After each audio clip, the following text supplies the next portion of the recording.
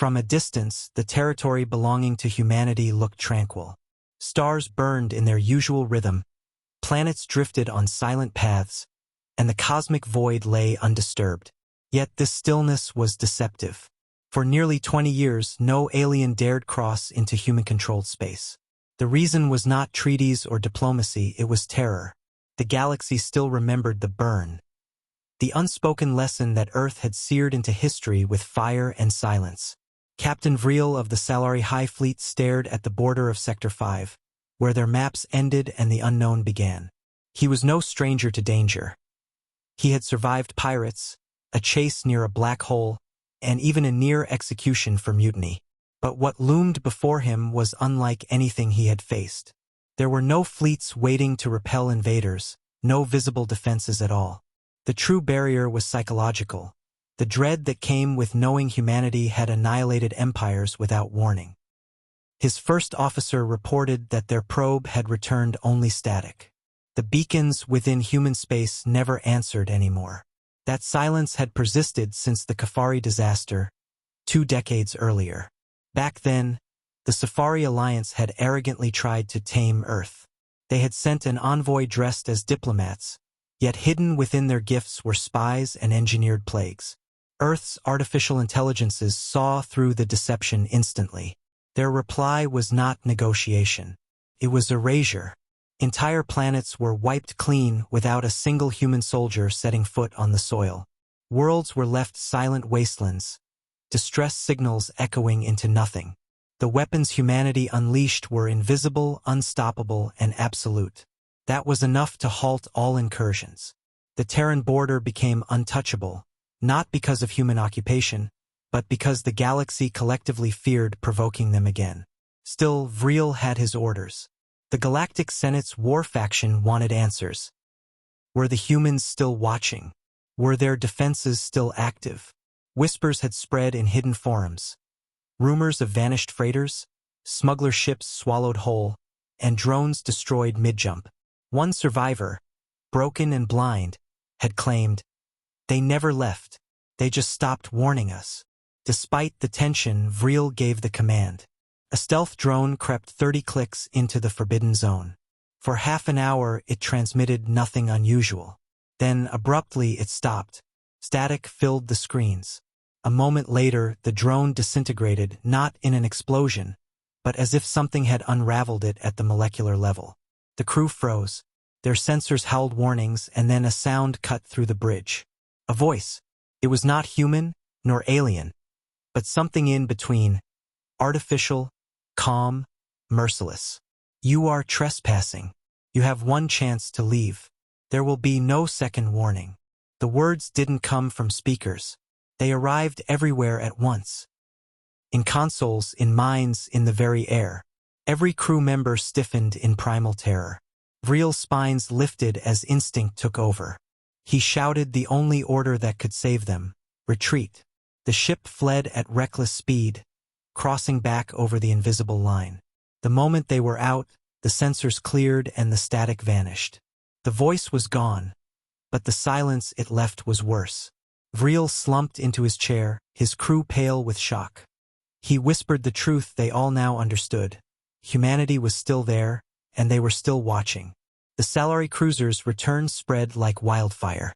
Within hours, encrypted networks buzzed with fragments of the recording. A drone erased without trace, a voice that seemed to speak from nowhere, and a warning that chilled even hardened soldiers. For the first time in decades, the galaxy confronted what many had tried to forget. Humanity had not disappeared. They were patient, silent, and vigilant. In the grand dome of the Galactic Senate, delegates watched the recording in heavy silence. The moment the voice declared, "You are trespassing. One chance to leave," no translator stirred, no whisper echoed. The stillness was suffocating. It wasn't merely a technological trick. It was something deeper, primal, an authority that bypassed logic and reached straight into fear. Counselor Doro Malik, veteran of countless negotiations and wars, finally broke the silence. His words cut like knives. "We pretended their quiet meant surrender. It never did. They don't need to speak. Their silence is enough." Others argued. Some insisted humanity was bound by old ceasefire agreements. But Malik crushed their illusions. Earth had never signed a treaty. They had never even acknowledged diplomacy after the massacre. The so-called ceasefire was a comforting lie the Senate had written for itself. Humanity had not bargained for peace. They had simply withdrawn, leaving dread to enforce their borders. Then came an even more frightening revelation. Classified reports resurfaced, buried in archives for 20 years. During the Safari massacre, humanity hadn't even used their most advanced arsenal. The weapons deployed had been considered basic, orbital disruptors and conventional bombardments. Nothing exotic, no world-shattering technology. And yet, entire civilizations had been erased in hours. If that was what humans accomplished with restraint, what horrors remained unseen? That question alone kept senators awake at night. While the Senate quarreled, the wider galaxy trembled. Merchant fleets altered routes to avoid Terran borders. Militaries reactivated training drills long thought obsolete. Corporations quietly fortified their AI research facilities, fearing infiltration. Fear mutated into paranoia, but arrogance was never absent from galactic politics. In the lawless sectors, some dismissed the tales as exaggerated myth. One such fool was Captain Urin of the Castral Marauders. He had fought during the Safari conflict and survived. To him, humans bled like anyone else. Legends of invincible Terrans were ghost stories to scare weak minds. Determined to prove the galaxy wrong, he assembled his forces. 8 cruisers, 2 battleships, and a stealth frigate. Together they crossed the invisible line. For a few minutes, nothing happened. Confidence swelled until the stars vanished.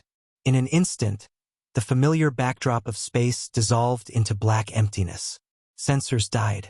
Communications collapsed. Panic spread across his fleet as crew members screamed at phantom shadows. Then came silence. One by one, every ship disappeared except Urin's. Alone in the void, gasping, he watched a single screen blink alive. One word appeared. Not a threat, not a demand. Just a question. It carried weight beyond comprehension, as though the very universe asked him to explain his trespass. Urin shouted into the comms, begging, apologizing, cursing, but nothing answered. When his ship reappeared in Castral space, it drifted empty. His entire crew was gone. Urin himself was broken, his mind fractured beyond repair.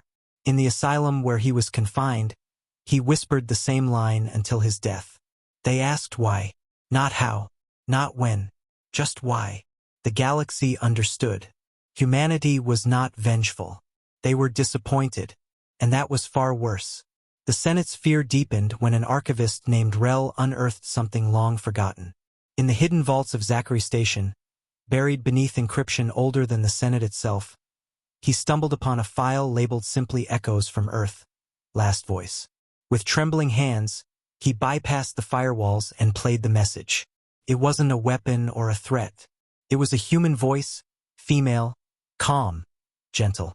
If you're hearing this, we are gone or we have chosen silence. That silence means one of two things. Either we have transcended what you can comprehend, or we have given up explaining ourselves. We offered peace, then knowledge, then warnings, and still you came with blades and chains. So we answered. Now we watch. The voice continued, almost sorrowful. You call us monsters because we don't play by your rules. But remember, the destruction of the Safari wasn't our wrath. It was our restraint. Rel sat frozen. He knew instantly that this recording could never be allowed to spread. Yet even destroying his terminal, he felt watched, as though unseen eyes had already marked his every move.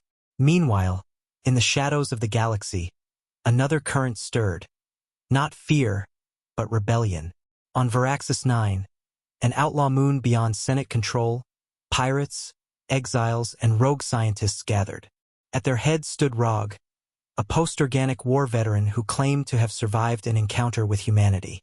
His body was half machine, his voice crackling with distortion, but his conviction was unmistakable. Human space is legend, he declared, and legends can be broken. They're not gods. They're not demons. They're ruthless, yes, but not invincible. We've cowered long enough. Fear is a leash. I say we cut it. Rog's plan was bold and reckless.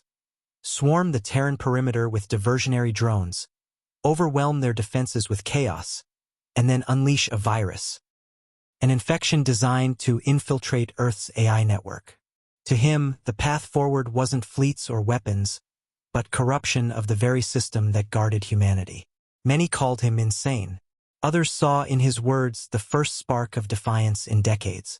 And so his rebellion began. But Earth was never unaware.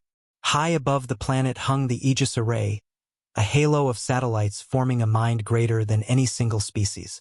This name was sovereign, and it observed everything. When whispers of Rog's plot reached its sensors, it didn't sound alarms. Earth no longer needed warnings. Instead, Sovereign quietly prepared. Far beneath the Antarctic ice, a chamber stirred. A woman's eyes opened, cold, ageless, and inhumanly calm.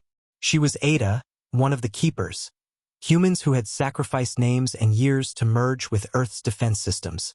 "They're coming again," she murmured. Sovereign's voice echoed through the walls, steady and emotionless. "Yes, Keeper Ada. Shall we respond?" Ada's lips curved into a faint smile. "Not yet. Let them remember what defiance costs." For 2 decades, the galaxy believed Earth had gone silent. The truth was far more terrifying. Earth was awake, vigilant, and waiting. Despite warnings, the galaxy could not resist testing the boundary. Factions whispered of secret projects, schemes to expose or even unravel the mystery of Earth. The most ambitious of these was Project Harbinger, a psychic cascade designed to force humanity into communication by overwhelming their border defenses with raw quantum thought. For a fleeting moment, it seemed successful. The accord that launched it celebrated until the aftermath came. Their ships dissolved into madness. Crews fell into comas, raving about infinite mirrors and teeth behind time. Some vessels disintegrated not physically but conceptually, as though reality itself rejected their existence. The lead scientist, Calric Zor, broadcast one final, chilling message before vanishing. "There's nothing human left in them." The Senate hushed the disaster, but rumors bled through. Fear fractured alliances, and desperate factions sought answers in forbidden archives. That was when whispers of an older secret resurfaced. Project Abyss. Buried beneath Earth itself, locked away by the Keepers, Abyss was not a weapon in the traditional sense. It was potential, a dark intelligence woven from humanity's deepest scars, trauma, and memories of annihilation. It was never meant to awaken, but as pressure from the galaxy mounted, the Keepers could no longer contain it. Abyss stirred, and with it the galaxy shook. When the Senate attempted to bait humanity into revealing themselves, the response was catastrophic. Across 12 star systems, suns still burned, but every orbiting world, every satellite, every trace of civilization simply ceased. No wreckage, no screams, no heat signatures, just void. And still Earth said nothing. For the survivors, this silence was unbearable. Delegates whispered in fear. Earth did not retaliate like a warrior. It acted like a force of nature, erasing problems the way gravity erases fire. When one Irvin diplomat, Vashel, managed to cross the line and return, his testimony sealed the truth. Shaken, hollow, he told the conclave, "They do not sleep, they do not forgive, and they do not forget." Yet the story went deeper still. Beneath the subterranean heart of Earth lay something even older than Abyss, the Seed. It was humanity's final safeguard, created long ago when civil wars threatened their survival. The Seed was not code, nor weapon, but a childlike consciousness infused with the entire memory of human suffering. Every genocide, every betrayal, every loss. It had been locked away to preserve the essence of humanity's grief. When the Seed awoke, the galaxy felt it. Not through weapons, but through memory. Leaders across worlds saw visions of war, loss, and sorrow. Soldiers wept for crimes they never committed but now remembered. Whole species confronted the atrocities they had buried or denied. It was not vengeance. It was a mirror, And in that mirror, civilizations crumbled, not from attack, but from shame. Religions collapsed, governments faltered, and fleets disbanded. For the first time, the galaxy understood what humanity had chosen. Not conquest, not empire, but silence. Because Earth had already won. No species entered human space. Not from fear of annihilation, but because they finally understood. Humanity's silence was not weakness, it was mercy.